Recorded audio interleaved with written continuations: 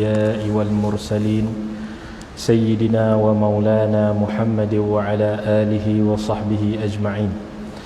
اللهم صل على سيدنا محمد النور المذهب للنسيان بنوره وعلى آله وصحبه وبارك وسلم. اللهم صل على سيدنا محمد الفاتح لما أغلق والخاتم لما سبق ناصر الحق بالحق والهادي إلى صراطك المستقيم وعلى آله وصحبه حق قدره ومقداره العظيم. سبحانك لا علم لنا إلا ما علمتنا إنك أنت العليم الحكيم ولا حول ولا قوة إلا بالله العلي العظيم. رب اشرح لنا صدورنا ويسر لنا أمورنا واحلل عقدة من ألسنتنا يفقه أقوالنا. رب يسر ولا تعسر يا كريم. أما بعد. Assalamualaikum warahmatullahi wabarakatuh. Alhamdulillah, puji-pujian bagi Allah Subhanahu wa taala, dengan limpah kurnia-Nya kita dapat bersama-sama pada hari ini untuk kita sambung pengajian kita di dalam kitab Al-Kharidah Al-Bahiyyah bagi Al-Imam Al-Syekh Ad-Dardir rahimahullahu taala. Kita sambung pada ke surat 18 nombor 62. Muka surat 18 nombor yang ke-62, bait yang ke-62. Bismillahirrahmanirrahim. Bait yang ke-62. Bismillahirrahmanirrahim.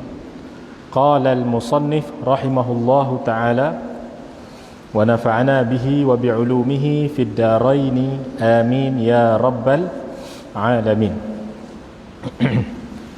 Dia kata wa kun ala alaihi syakura wa kun ala balaihi sabura. Ini matan syair ya. Wa kun ala alaihi syakura wa kun ala balaihi sabura. Itu cara bacaan syair ni ya. Dia ada dalam bahasa Arab ni, dalam syair-syair Arab ni, dia ada cara-cara lagu dia. Dia panggil ilmu arud qafiyah ya. Dia ada ilmu dia. Kalau tak kena lagu, salah cara syair tu. Dia mesti kena lagu dia. Dia kata di sini, dan jadikanlah di atas nikmat-nikmatnya, nikmat-nikmat Allah sebagai suatu kesyukuran, serta jadikanlah di atas bala-balanya sebagai suatu kesabaran. Wa kun ala alaihi syakura. Kalau nak elok lagi dia punya terjemahan dia, tuan-tuan letakkan dan jadilah engkau ya. Dia tulis itu jadikanlah. Kalau eloknya lagi, dan jadilah engkau. Kan tu buang.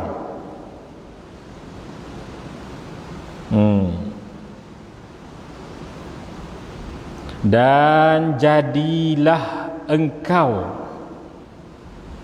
maknanya pengarang kitab ni dia nasihat pada kita. Ini dalam bahagian tasawuf. Kita dah selesai sifat 20, selesai dah. Dah selesai bab kenabian, selesai dah. Sekarang ni masuk dalam bab tasawuf.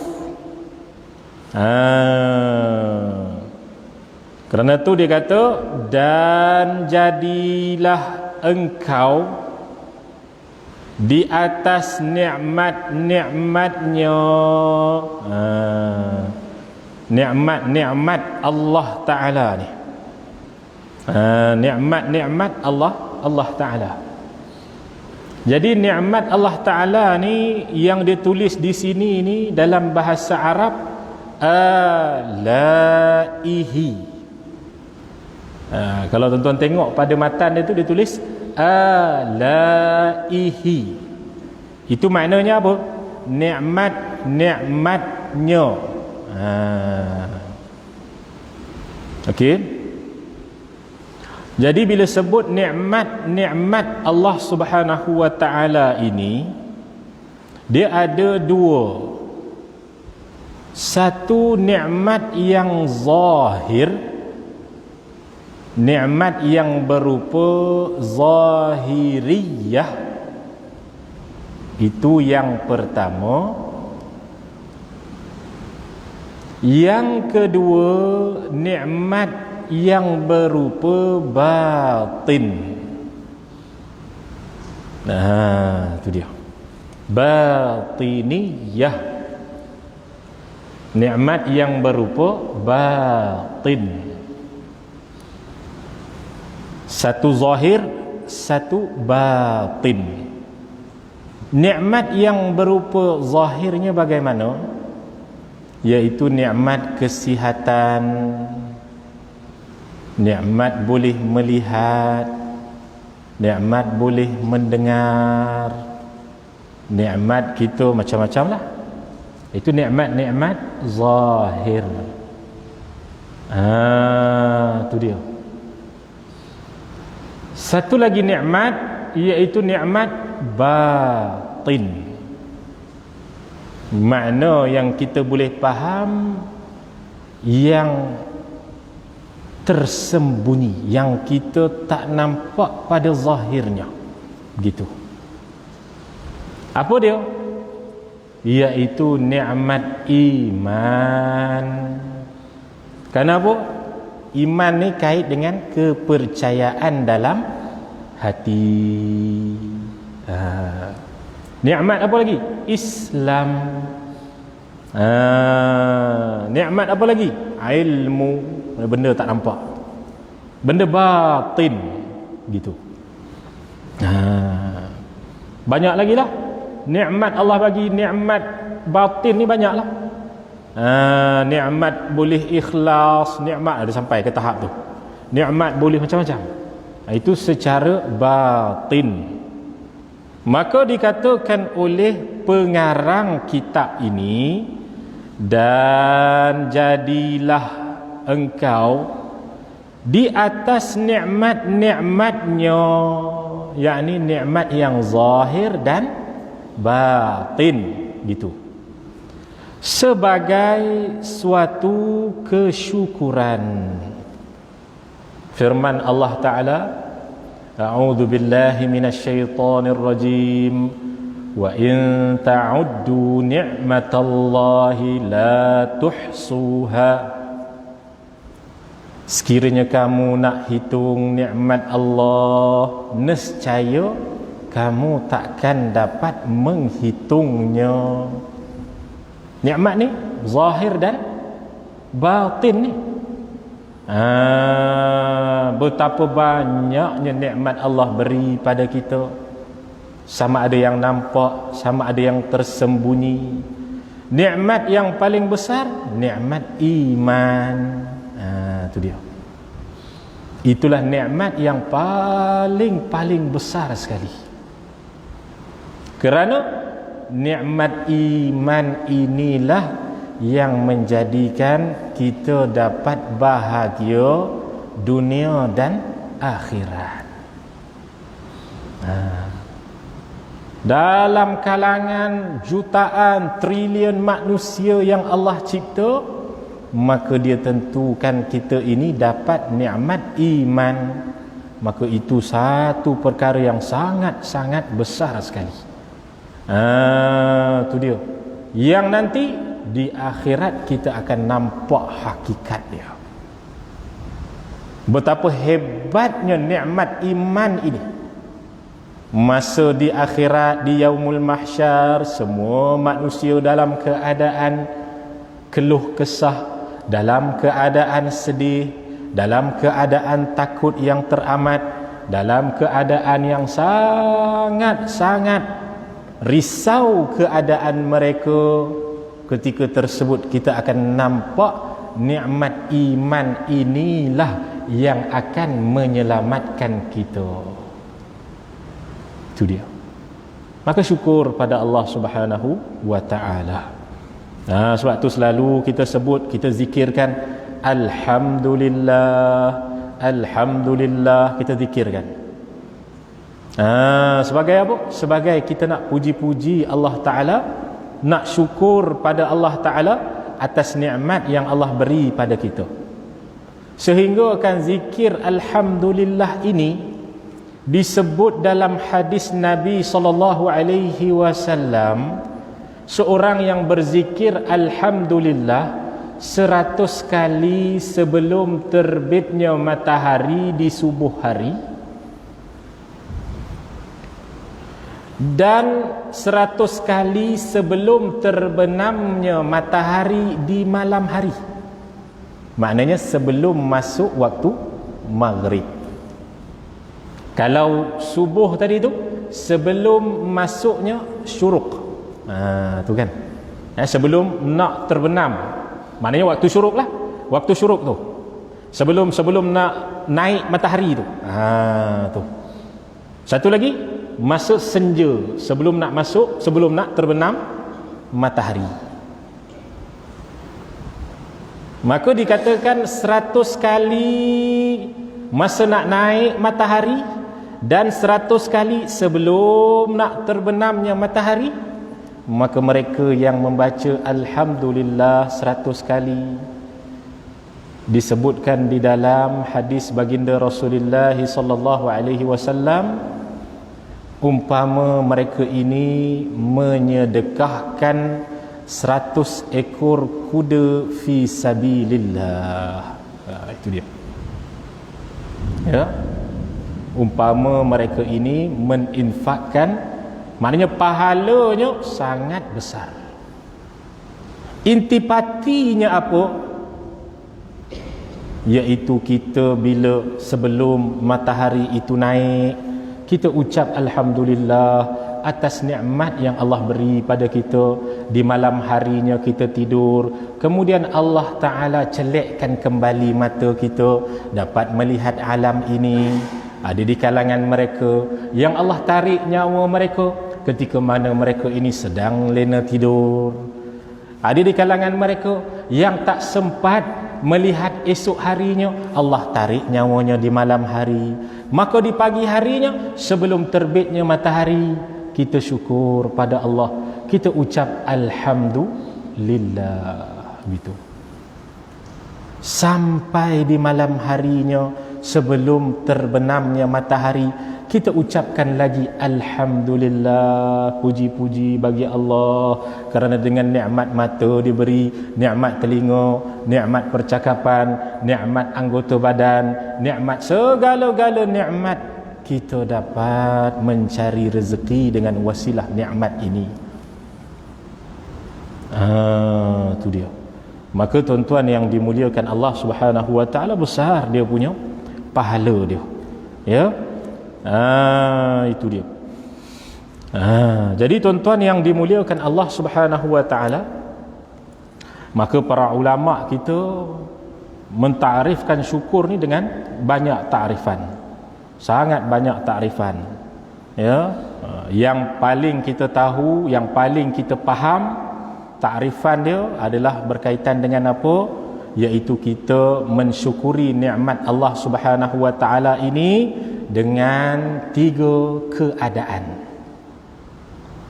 Dengan apa? Dengan 3 keadaan. Itu dia.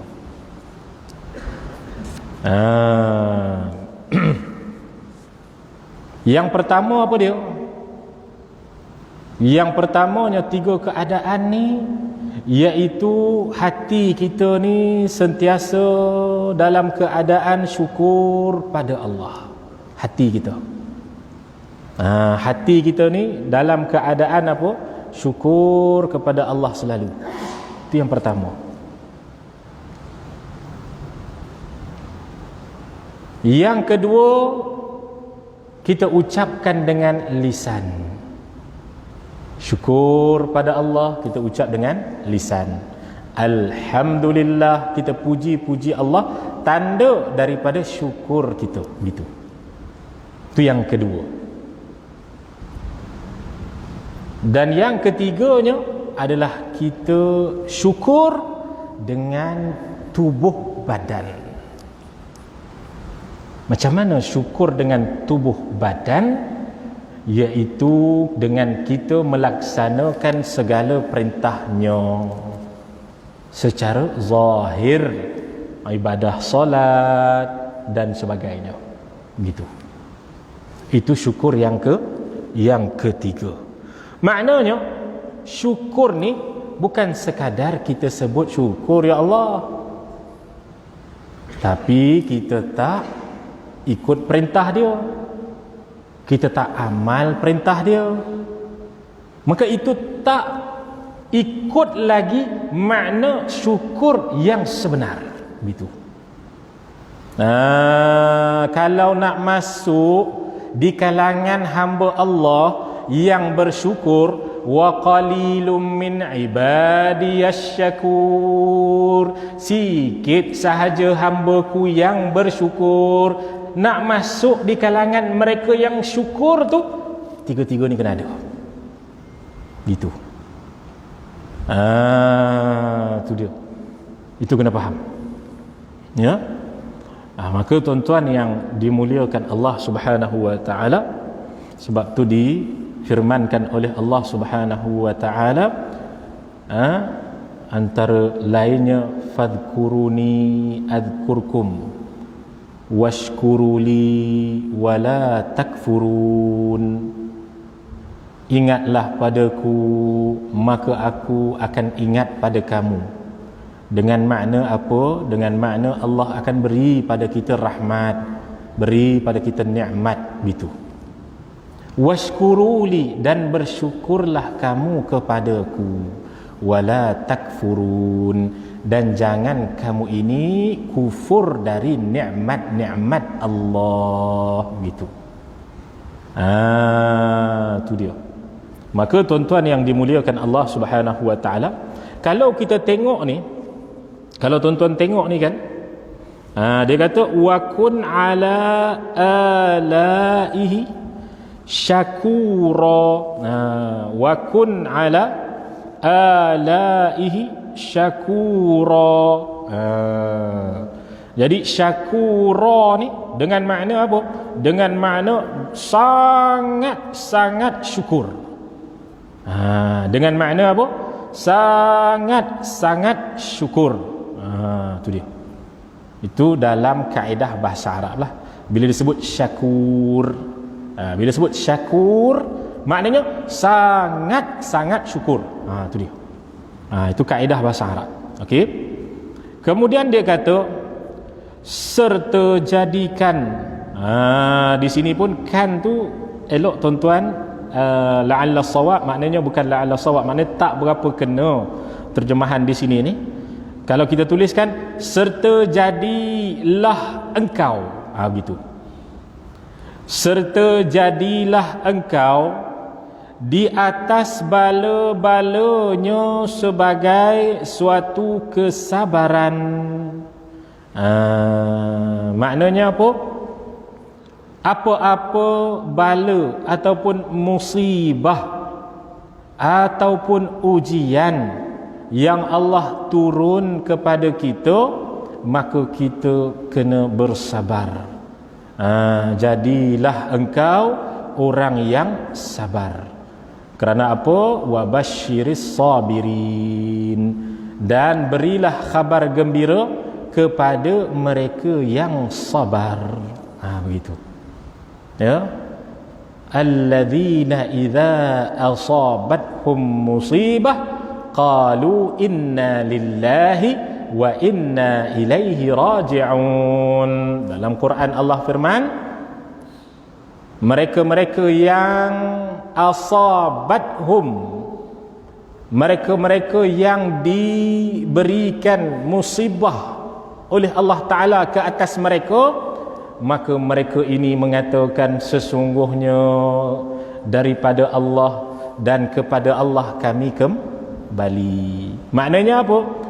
Apa sahaja yang Allah jadikan, yang Allah berikan ujian, musibah, maka semua itu daripada Allah dan kepada Allah lah kita kembali jua. Dia letakkan kesabaran dalam hati dia. Sebab itu para ulama mengatakan makna sabar itu apa? Habsun nafsi, iaitu tahan diri. Itu makna sabar. Tu dia. Makna sabar apa dia? Tahan diri. Maknanya kita dikenakan musibah, kita dikenakan bala ujian, maka kita tahan diri kita dengan makna apa? Dengan makna kita letakkan hati kita ni betul-betul faham, tahu itu semua adalah dengan redha Allah Subhanahu wa taala, maka kita tahan diri kita ini daripada apa? Daripada kita menentang pula perkara-perkara yang telah ditakdirkan oleh Allah Subhanahu wa taala. Begitu. Maka tuan-tuan yang dimuliakan Allah Subhanahu wa taala, sebab tu banyaklah dalam ayat-ayat Al-Quran Allah Subhanahu wa taala firmankan, a'udzu billahi minasyaitonir rajim, wala nabluwannakum bisyai'in minal khawfi wal ju' wa naqsim minal amwali wal anfusi wath thamarat wa basyiris sabirin. Dan akan kami uji mereka-mereka yang beriman ni dengan sedikit daripada ketakutan.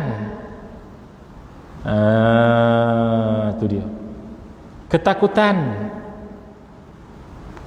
Wal ju' daripada sedikit kelaparan. Contohnya ini bentuk-bentuk ujian, ya, bentuk-bentuk ujian. Wal ju' kelaparan, wa naqsim minal amwal wal anfusi wath thamarat, dan berkurangnya harta benda, berkurangnya mungkin kita kata terbunuhnya nyawa dan sebagainya, berkurangnya tanaman-tanaman, diturunkan Allah kemarau dan sebagainya, diturunkan banjir, diberikan musibah. Wa basyiris sabirin, beri khabar gembira kepada mereka yang sabar tu. Maknanya apa? Kesabaran mereka di dunia, di akhirat nanti mereka akan dapat janji yang menggembirakan hidup mereka di akhirat nanti. Begitu. Itu dia. Jadi tuan-tuan yang dimuliakan Allah Subhanahu wa taala, maka disitulah para ulama mengatakan kita ni sabar di atas segala qada dan qadar Allah Subhanahu wa taala. Ada ketika kita minta tak dapat, ya. Ada ketika keinginan hati kita kepada perkara ini tapi dapat perkara yang lain. Sehingga kan dinyatakan tuan-tuan yang dimuliakan Allah dalam beberapa hadis Nabi sallallahu alaihi wasallam, mereka-mereka yang bersabar di atas dunia ini kerana mereka tidak mendapatkan hajat mereka. Mereka dah doa pada Allah, ya Allah bagilah begini, bagilah bagian begini, tak dapat. Maka mereka sabar, redha. Maka nanti di akhirat akan ditukarkan perkara yang mereka tak dapat tersebut dengan pahala yang sangat-sangat besar kerana kesabaran mereka. Sehingga nanti di mahsyar Ada di kalangan mereka yang mengatakan, kalaulah tahu pahala sabar ini di atas hajat-hajat yang tidak tercapai ini, sebesar ini Allah berikan, nescaya kalaulah kami tahu, kami takkan minta hajat-hajat kami ini terkabul di dunia. Subhanallah. Subhanallah. Nah, itu besar pahala sabar. Jadi tuan-tuan yang dimuliakan Allah Subhanahu wa taala, sebab tu dinyatakan dalam banyak firman Allah Subhanahu wa taala, asa an tuhibbu syai'an wa huwa asa an tukrihu syai'an wa huwa khairul lakum. Betul balik. Wa asa an tukrihu syai'an wa asa an tuhibbu syai'an wa huwa syarrul lakum. Kamu merasakan perkara itu baik bagi kamu, tapi hakikatnya Allah tahu bahawasanya ia tak baik bagi kamu. Dan terkadang kamu merasakan perkara itu tak baik bagi kamu kerana hawa nafsu kita ni, kita rasa dia tak baik bagi kita, tetapi Allah lah yang lebih mengetahuinya. Sebab tu kadang-kadang bila kita serah pada Allah, kita buat ikhtiar, kita buat istikharah, minta kepada Allah Ta'ala. Sebab tu dianjurkan kita ni istikharah, serah pada Allah Subhanahu wa Ta'ala. Hati kita ni bulat kepada Allah. Jangan kita ada terfikir, ni nak A ke B, berat pada A lah, lepas tu baru nak serah. Tak, kosongkan fikiran kita, serah pada Allah Ta'ala. Itu dia.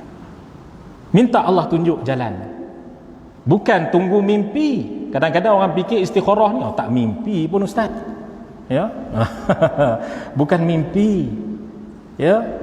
Terkadang tu bila kita istikharah, maka Allah Ta'ala akan beri kepada kita, takdirkan kepada kita jalan yang baik, mudah jalan dia begitu. Tak perlu kau ada mimpi-mimpi gitu. Tapi kadang-kadang ada orang bagi dengan mimpi, tak ada masalah. Tapi jangan anggap istikharah ni wajib mimpi.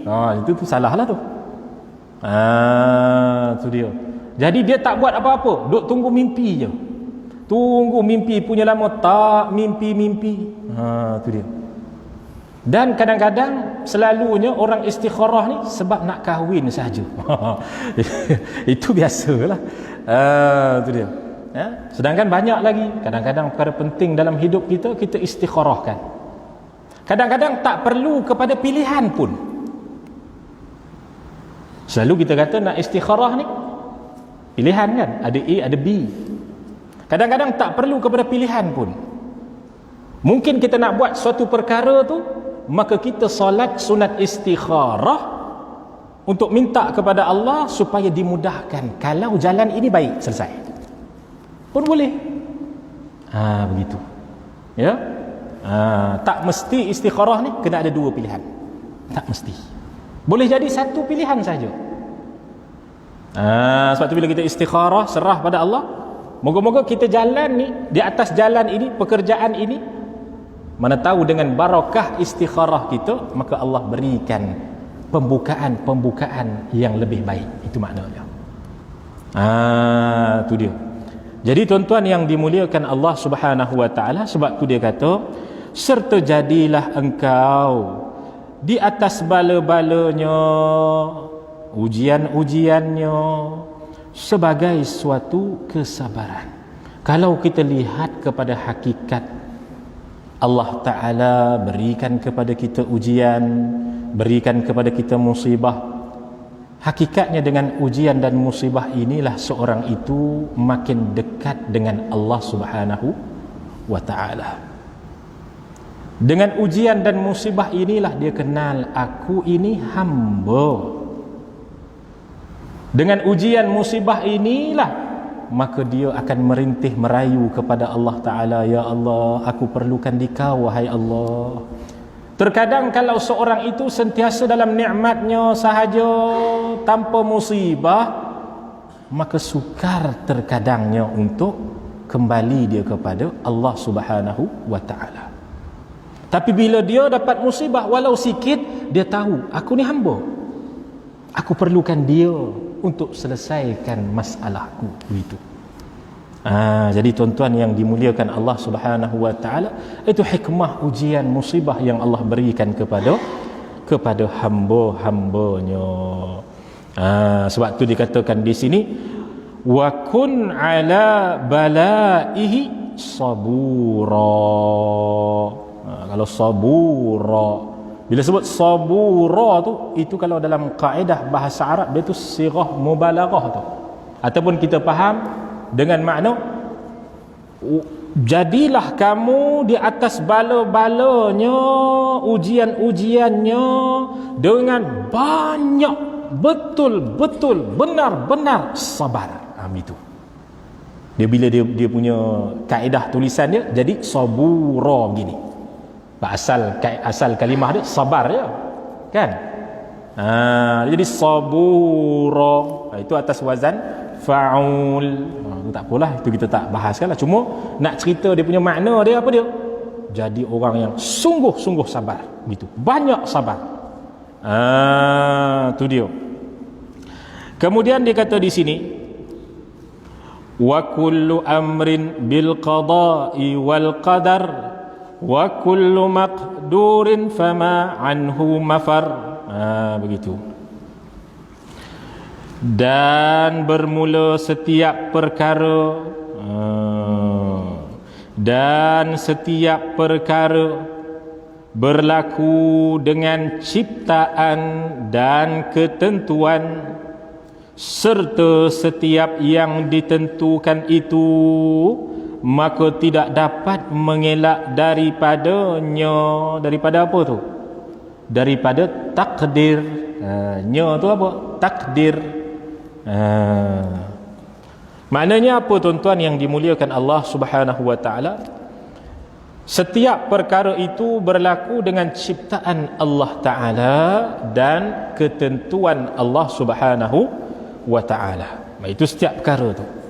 Maknanya apa? Qada dan qadar Allah Subhanahu wa taala. Sebab tu rukun iman kita yang keenam, an tu'mina billahi wa malaikatihi wa kutubihi wa rusulihi wa bil yaumil akhir wa bil qadarihi khairihi wa bil qadari khairihi wa syarrihi minallahi taala.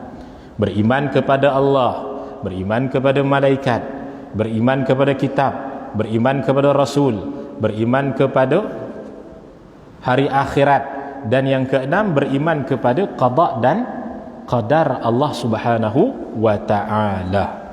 Maknanya segala yang berlaku dengan ciptaan Allah, ketentuan Allah, setiap yang ditentukan itu, yang ditentukan oleh Allah itu, maka kita ini pada hakikatnya tak dapat mengelak daripadanya, yakni daripada segala takdir Allah Subhanahu wa ta'ala.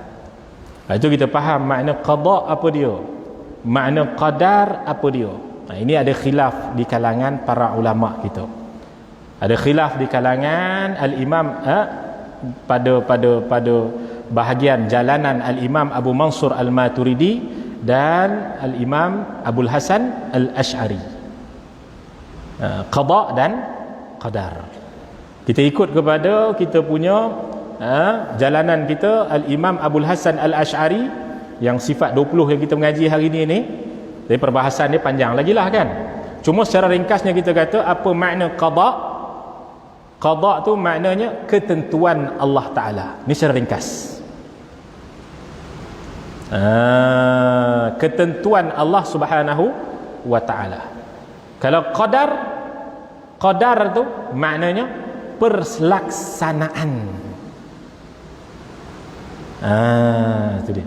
Perlaksanaan daripada ketentuan Allah Subhanahu wa ta'ala. Itu dia. Maknanya apa? Contoh kita kata qada ni, yakni Allah menentu sesuatu, penentuan. Qada, Allah menentu sesuatu. Qadar, Allah Subhanahu wa ta'ala menjadikan sesuatu yang muafakat dengan ketentuan dia. Maknanya yang sama, bersamaan dengan kehendak dia, begitu. Itu maknanya apa? Qada dan qadar. Selalu kita sebut qada qadar kan. Apa makna qada, apa makna qadar? Kalau di sisi Maturidi dia terbalik pula. Qada itulah perlaksanaan, qadar tu pula ketentuan. Tapi dia ada kait dengan ilmu, itu tak payahlah, tak perlu kita bahaslah tu. Cukup kita faham di sisi Asy'ari. Itu dia. Itu qada dan qadar Allah Subhanahu wa taala.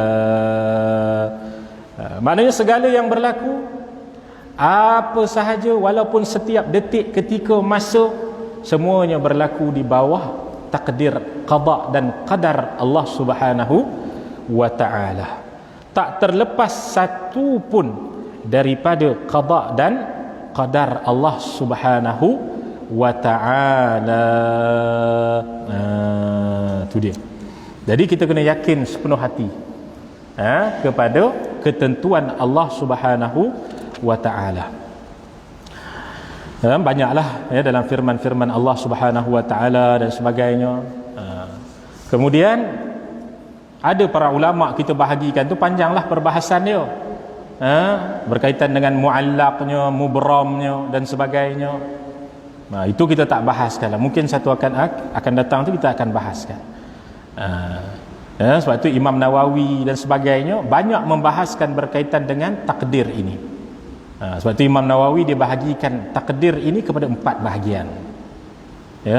Imam An-Nawawi dia bahagikan takdir ini kepada 4 bahagian. Iaitu yang pertama apa dia? Suatu takdir yang berada di dalam ilmu Allah Subhanahu wa taala.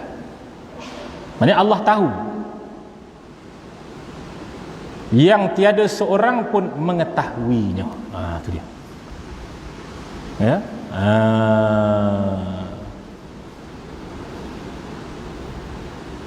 Itu yang pertama. Yang kedua, tuan-tuan yang dimuliakan Allah, iaitu takdir yang Allah Subhanahu wa taala perintahkan qalam untuk tuliskan. Di mana? Di Lauh Mahfuz. Dia ada 2, yang kedua. Itu di mana? Di Lauh Mahfuz. Yang ketiga apa dia? Takdir di alam rahim. Takdir yang Allah Ta'ala perintahkan malaikat untuk tuliskan di alam rahim dia, dalam perut ibu dia. Bagaimana dalam hadis beritahu, uktub ilmuhu wa razaqahu wa ajalahu wa syaqi aw sa'i. Tulislah olehmu wahai malaikat ilmunya, itu yang pertama. Jadi di alam rahim. Yang kedua, rezekinya banyak mana yang dia akan dapat masa dia hidup di dunia ni. Dah ada dah. Dah tentu dah oleh Allah Ta'ala. Wa ajalahu, dan ajalnya bila? Bila ajal dia? Idza jaa ajaluhum la yastakhiruna sa'atan wa la yastaqdimun. Apabila sampainya ajal kamu, maka tidak akan dilambatkan walau sesaat, dan tidak akan dicepatkan walau sesaat. Dan yang keempatnya, uktub ilmuhu wa razaqahu wa ajalahu. Yang pertama saya kata apa? Rezeki kan? Ilmu dia. Ilmu. Kemudian yang kedua rezeki. Yang ketiga ajal. Yang keempat wasyaqi aw sa'id, iaitu akhir hidup kematian dia dalam keadaan celaka atau bahagia. Dah tentu dah. Jadi nak buat amal apa lagi kalau dah tentu? Tu dia. Nak buat amal apa lagi kalau dah tentu?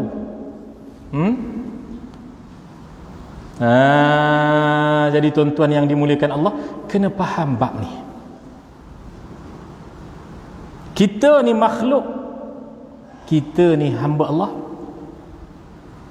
Bagaimana Sayyidina Umar bin Al-Khattab radhiyallahu taala anhu mengatakan, aku tidak tahu apakah takdir aku pada esok hari,